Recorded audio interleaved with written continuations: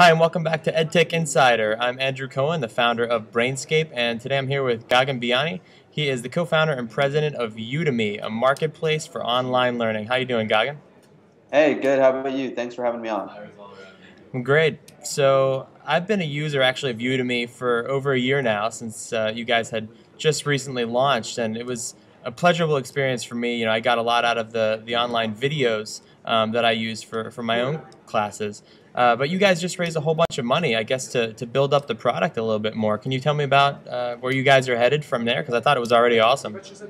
Thanks. Yeah. So Udemy started 2 years ago with the vision of democratizing education by enabling anyone in the world to teach an online course, and then anyone to come and take an online course from the experts all around the world.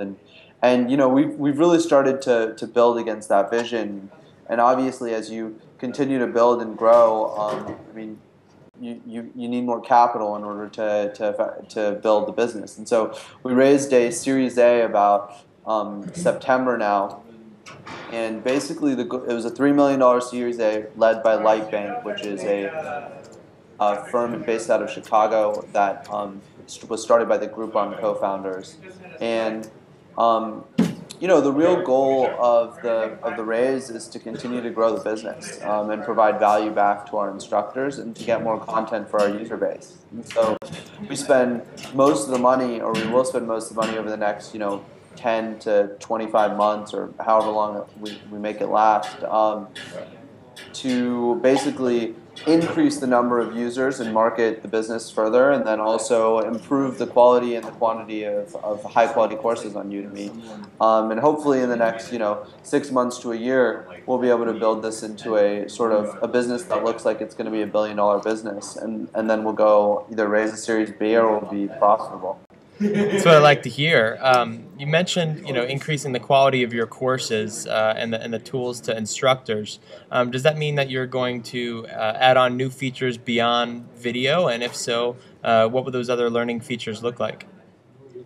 Yeah, so right now we support, people can go on our site and build an online course using a multitude of different items. They can use video, PowerPoint, PDF, they can write articles, they can put up audio files, and they can also host live classes with their students. And so what we'll probably do in the future is we'll probably add sort of logical extensions of that. So if you want to assess your students, perhaps we'll have something around that. Maybe if you want to provide some sort of certification to people who completed your course, we might start working on that problem.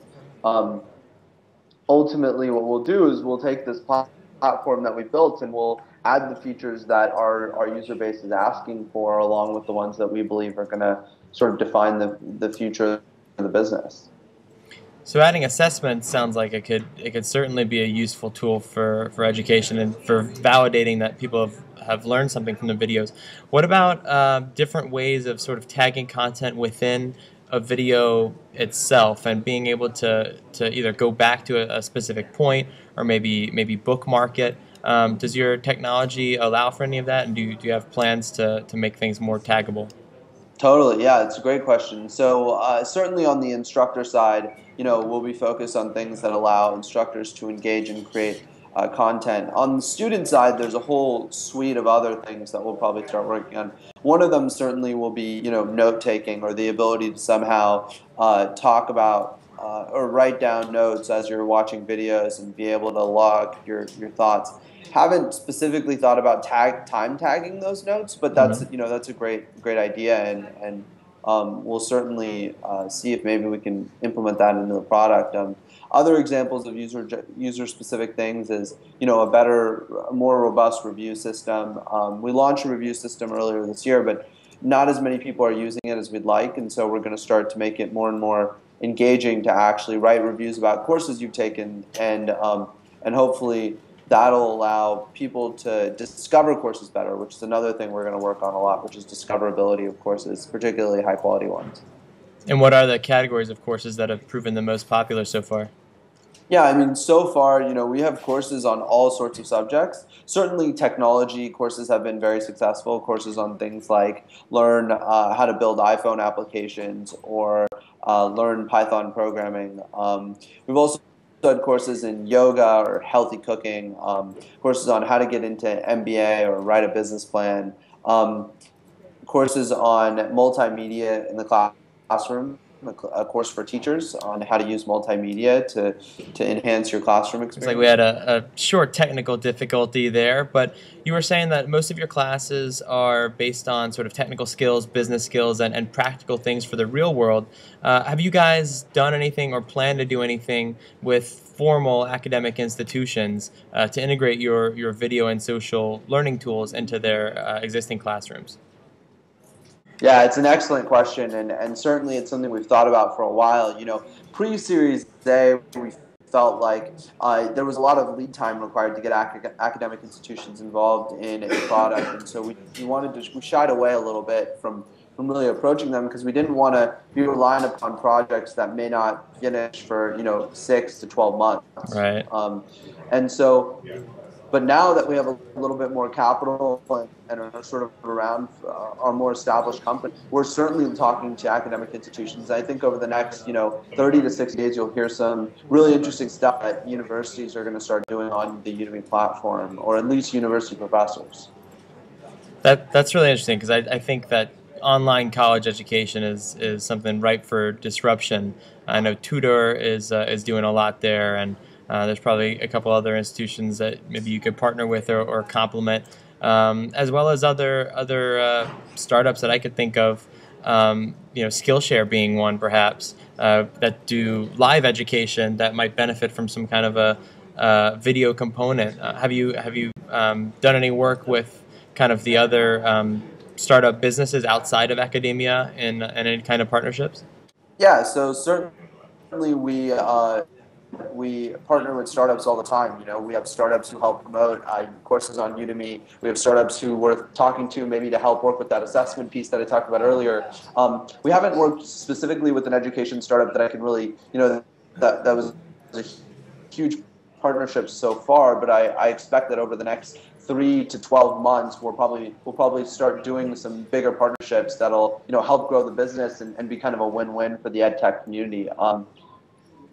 I'm really excited about the fact that now with sort of the new capital and with a little bit more of an established company, we'll have a lot more opportunities and be able to take advantage of the various business development and partnership like options out there.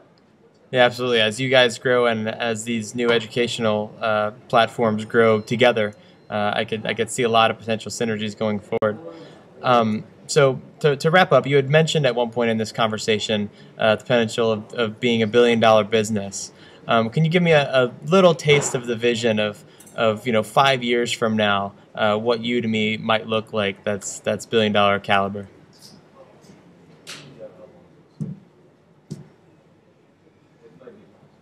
Sure, yeah. So, in our daily lives and throughout our lifetime, we spend our time learning in sort of five main categories.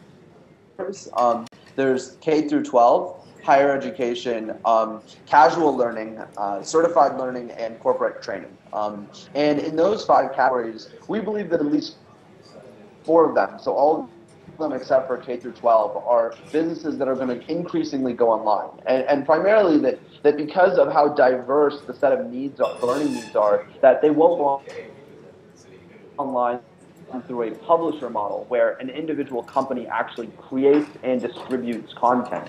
But because there's so many different things that different people want to learn about, the better way to get to market is actually to allow people, the experts themselves, to come online and build their own businesses within their own niches on the internet. And that's what Udemy allows people to do. So in 5 years, I think there'll be experts all over the world in subjects as diverse as yoga to 18th century literature to calculus to learning how to be a gentleman, right? You'll be able to go on udemy.com and you'll be able to take classes on any of the things that you would normally read a book for, or you would go to a class in a local community, or maybe you would even search Google for. And I think that's the truth, and we actually end up nailing that business. Certainly, that's a ginormous company because you basically changed the way that education occurs from largely offline to online. Um, and that's definitely the vision for Udemy. Right. Well, democratizing online education across all domains is a very ambitious goal. I might just take that gentleman course myself. If anybody wants to learn more about Udemy, you can go to udemy.com. I'm going to flash it right here on the screen for everybody. And I'm sure Gagan is also easy to find online himself on Twitter. I'll put his Twitter handle right here as well. Thank you, everybody, for tuning in, and thank you, Gagan, again. Awesome. And I'm Andrew Cohen with EdTech Insider, signing off. Thanks.